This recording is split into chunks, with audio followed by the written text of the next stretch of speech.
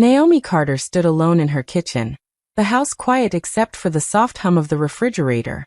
It was past midnight. The lights were off, but her phone screen glowed in her hand. She had read the message 3 times already, hoping the words would change. They didn't. It's better if your kids don't attend Ava's birthday.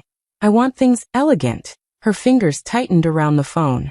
The word elegant sat there like an insult, sharp and careless. Not even an explanation. Not even an apology. Just a clean, cold line meant to push her children out of a family moment, as if they were something embarrassing. Behind her, the hallway floor creaked. "Mom!" Her son's small voice floated in. He must have come out for water. Naomi didn't turn around fast enough. She knew her face had already betrayed her. He stood there in his pajamas, rubbing one eye. "Are we going to Aunt Lydia's party?" Naomi swallowed. "Go back to bed, sweetheart." He didn't move. He looked at her phone, then back at her face. Kids always know. Did we do something wrong? That was when the ache spread, deep and slow, settling in her chest. Not anger yet. Something heavier. She knelt in front of him and brushed his hair back. "No," she said softly. "You didn't do anything wrong. Ever." Her daughter appeared too, holding her stuffed rabbit, watching quietly. Naomi smiled for them, the kind of smile mothers learn to use when their hearts are breaking. She sent them back to their rooms, waited until their doors closed, then leaned against the counter as the silence rushed back in. This wasn't really about a birthday party. Naomi knew that. It never was. It was about who belonged and who didn't. About polished voices and quiet judgments. About Lydia always needing to feel higher, shinier, more admired. About Naomi being useful, but never equal. Her mind drifted, unwillingly, into memory.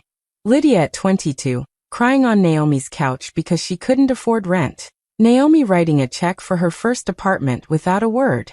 Lydia calling from college, panicked about tuition fees. Naomi transferring the money that same night. Lydia sobbing in a courthouse hallway years later, facing a legal mess she didn't know how to clean up.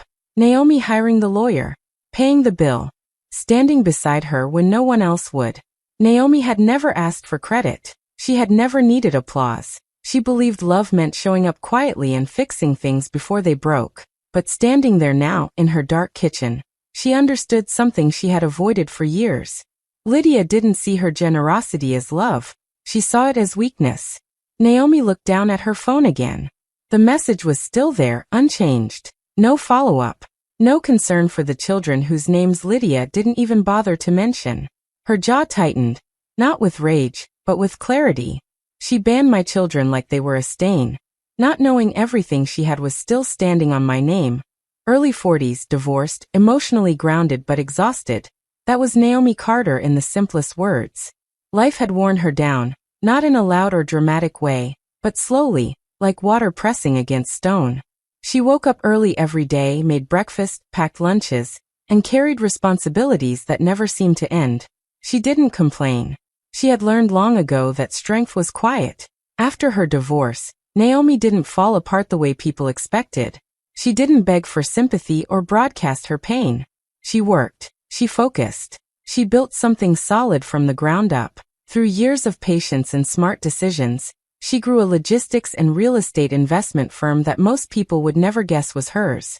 Warehouses, transport routes, commercial properties, unseen systems that kept other people's businesses running smoothly.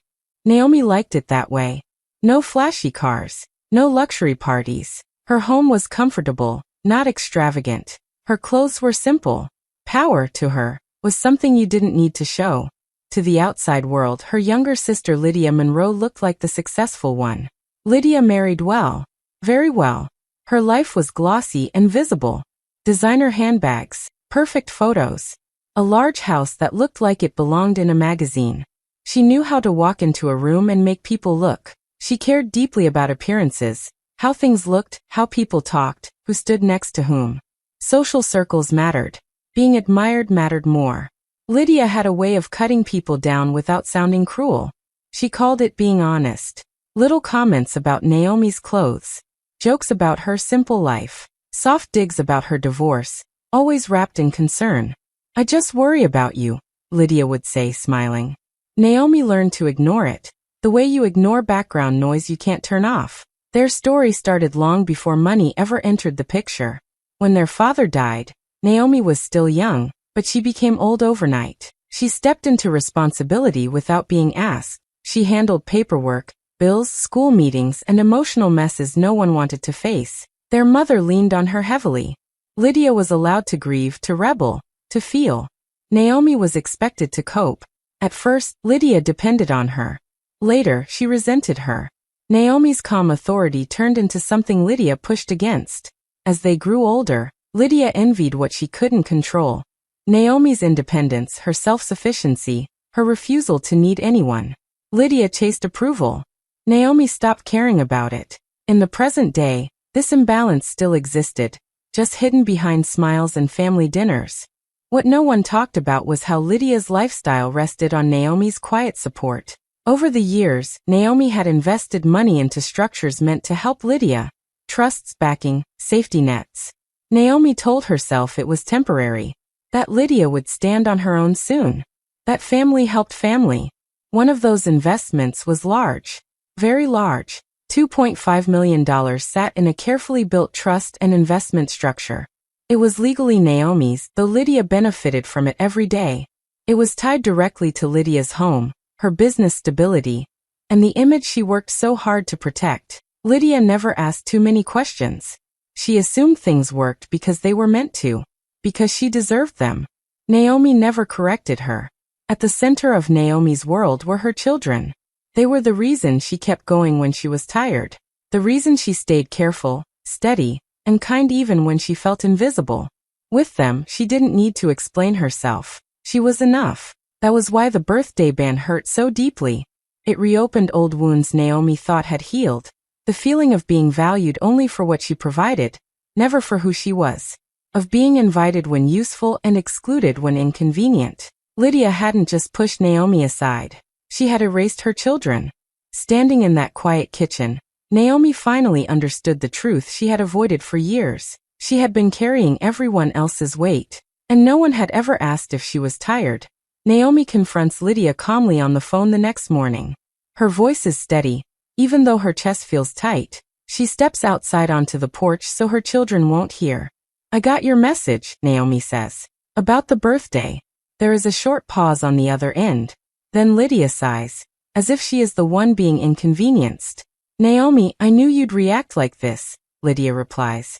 "I'm just trying to keep things smooth." "Smooth how?" Naomi asks. "You didn't even mention my kids by name." Lydia laughs lightly. "Don't make it dramatic. They're just loud. And honestly not very polished. This party is going to be different. Very curated." Naomi closes her eyes for a moment. "They're children." "Yes, well," Lydia says, "not everything is about children. Some of us care about standards." Naomi feels the words land, sharp and deliberate. She keeps her tone calm. "Are you saying my kids aren't good enough to be around your guests?" "I'm saying," Lydia continues, "that people notice things. And after your divorce, you've been a bit unstable. I don't want awkward moments." That is when Naomi understands. This has nothing to do with noise or planning or age. This is about shame. Lydia wants to erase Naomi from the picture. Erase the reminder that not everything in her world is perfect. Naomi straightens her back. "So you're embarrassed by us?" Lydia doesn't deny it. "I have donors coming. Important people. Business connections. This isn't a backyard cake party. It's an image." The word donors catches Naomi's attention. "Donors for what?" Naomi asks. "For the lifestyle brand launch," Lydia says casually. "The house, the business. Everything is finally aligning. People are impressed." Naomi listens quietly as Lydia keeps talking, bragging without realizing it. The upgrades. The renovations. The events she's hosted. The confidence in her voice when she says "my success." Something clicks into place. Naomi remembers bank statements. Transfer approvals. Investment reviews she signed without thinking too deeply, because Lydia was family. She remembers how Lydia never once asked where the money came from, only when it would arrive. And now Lydia is using it, using her money, to impress strangers. Taking credit for stability Naomi built. Standing on Naomi's work while pushing Naomi's children out of the room. "I've worked very hard for this," Lydia says proudly. "People finally see me. Naomi almost laughs. Almost. Instead, she says softly, I see. Lydia relaxes, mistaking Naomi's quiet for agreement. Good. I knew you'd understand. You always do. They end the call soon after. Lydia sounds satisfied. Naomi stands still long after the phone goes silent. The pain is still there, but something else has joined it now, clarity. She sees the pattern clearly for the first time. Her silence has paid for disrespect. Her patience has funded exclusion. Every time she stayed quiet, Lydia grew bolder. Naomi walks back inside and looks at her children sitting at the table, drawing and laughing. They look up at her, safe and unaware. In that moment, Naomi makes a decision. She will not argue. She will not explain. She will not beg to be included. This will be the last time her silence pays for someone else to feel powerful. And Lydia has no idea what is about to change. Naomi sits in her quiet home office, phone calls done, thoughts spinning. She knows she can't move without advice. The next morning, she sets up meetings with her lawyer and financial advisor, determined to understand exactly where she stands. Her lawyer, a calm woman who has handled Naomi's affairs for years, lays it out clearly. Naomi, legally, the $2.5 million trust belongs to you. It's structured under your name, with you as the controlling party. Lydia has no legal claim. Naomi listens, nodding slowly. She already suspected as much, but hearing it confirmed aloud gives her a strange mix of relief and tension. Relief because she isn't powerless. Tension because she knows how explosive the decision could be. Her financial advisor explains the details of how the money has been used. Every renovation in Lydia's house, every donation for her social events, every expense you approved quietly, she's benefited directly. And she assumes it's all her own doing. Naomi closes her eyes. It's more than money. Lydia's entire image, the life she flaunts on social media, the respect she basks in, built on Naomi's restraint, Naomi's silence, Naomi's patience.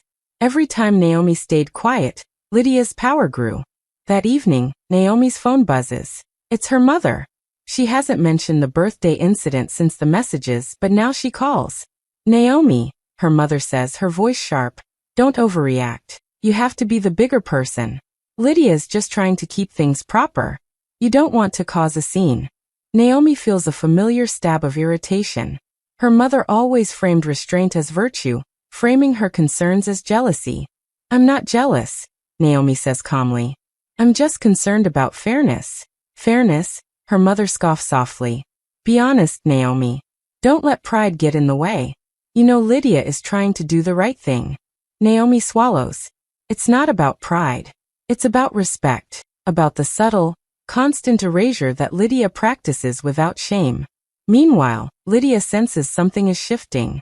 She calls Naomi twice, leaving brief, polite messages, testing the waters. Hope you're okay, she says in one. I'd hate to upset you, in another. Naomi doesn't reply. She wants Lydia to underestimate her. Lydia has always assumed Naomi's calmness is weakness. Naomi decides to let her keep thinking that. The conflict gnaws at Naomi. She struggles with guilt. Pulling the funds, even though they are hers, could disrupt Lydia's life. Lydia's house, her business deals, her social reputation. Everything could be affected. Naomi remembers the years she supported Lydia. When Lydia was pregnant, when her marriage collapsed, when lawsuits nearly ruined her. Naomi had been there, often silently, often paying, often saving her from complete disaster. She thinks of the birthday party too, now fully visualized on social media. Photos flood her feeds. Lydia in a designer gown, laughing with well-dressed guests, the decorations immaculate. Naomi's children are nowhere to be seen, not invited, excluded. Her children glance at the screen, see the pictures, and quietly look down. Naomi swallows the lump in her throat, forcing herself to stay composed. She thinks about what she wants. Not revenge, not public humiliation, not cruelty. She wants self-respect. She wants her family, especially her children, to know that silence doesn't have to equal submission. That kindness doesn't mean allowing disrespect to go unchallenged. Naomi spends hours planning. The numbers, the legal steps, the timing, it all matters. Every detail could make the difference between a tactical, clean decision and chaos. She revisits memories that have haunted her. Arranging Lydia's first apartment, covering tuition fees, dealing with legal troubles. She sees them not as obligations but as long-standing investments in trust that Lydia had broken by her actions. Even as she feels the weight of isolation, her mother's words echoing, her children watching quietly, the world seemingly unaware, Naomi's resolve hardens. She knows the path will be uncomfortable, that confrontation is inevitable, but for the first time, she understands that this is not about winning or losing. It is about drawing a line. Naomi stands by the window, watching the sunset fade behind the city skyline. For years, she has been careful, quiet, responsible. For years, her silence has been used to build someone else's image. Now it will finally serve her own principles. Not for revenge, not for anger, but for self-respect. And in that moment, she knows what she must do next. Naomi legally withdraws and reallocates the $2.5 million overnight. The decision had been planned with precision, every form filed, every account shifted, every signature verified. By morning, the money that had quietly supported Lydia's life was gone from her reach, moved into accounts that Naomi controlled fully and independently. It takes hours before Lydia realizes what has happened. At first, she thinks it's a bank error. Then come the calls. The bank freezes her accounts. Payments bounce. Contracts she assumed were secure collapse.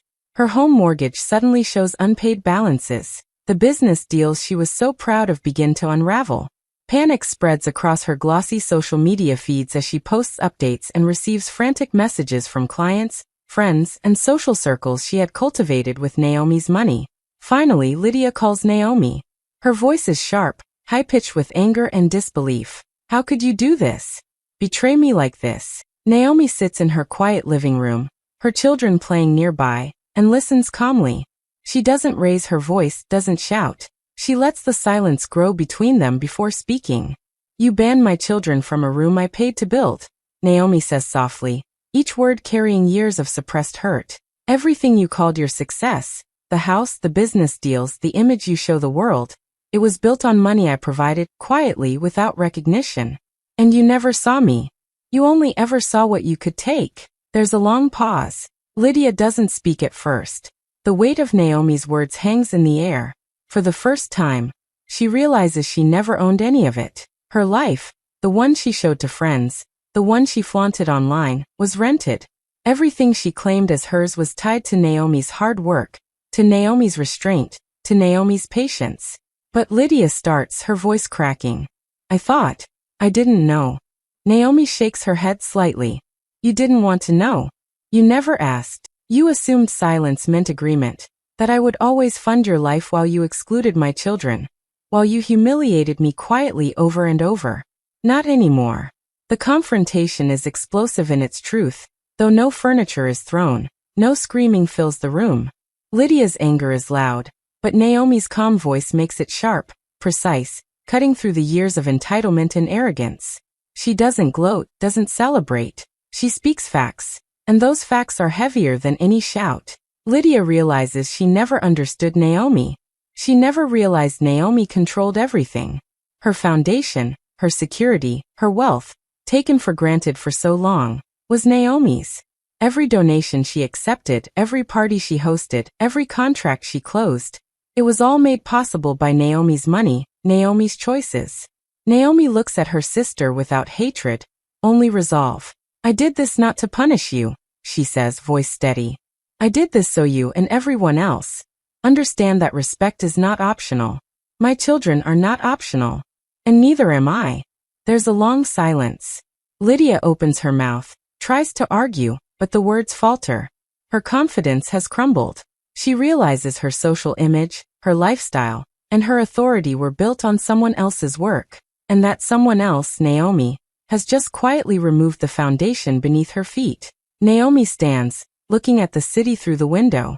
Her children run past her feet, laughing. She bends down and ruffles their hair. In that moment, she knows she has shifted the balance. Not through shouting or revenge, but through the quiet, undeniable power of truth and legal authority. You banned my children from a room I paid to build, she repeats softly, letting the weight of the words linger. The room falls silent except for the faint hum of the city outside. And in that silence, Lydia finally understands everything she had taken for granted. Naomi turns and walks away, leaving Lydia in the echo of her own mistakes, her world suddenly unsteady, her entitlement stripped bare. The power shift is complete, not in anger, but in quiet, undeniable clarity. Naomi uses the funds she regained to secure her children's future. She invests in their education, sets up accounts for their safety and comfort, and makes sure they will never feel powerless or overlooked again. It is not about wealth for wealth's sake. This is about stability, security, and giving her children the freedom to grow without fear. She also turns some of the money towards something meaningful to her, opening a youth logistics training program.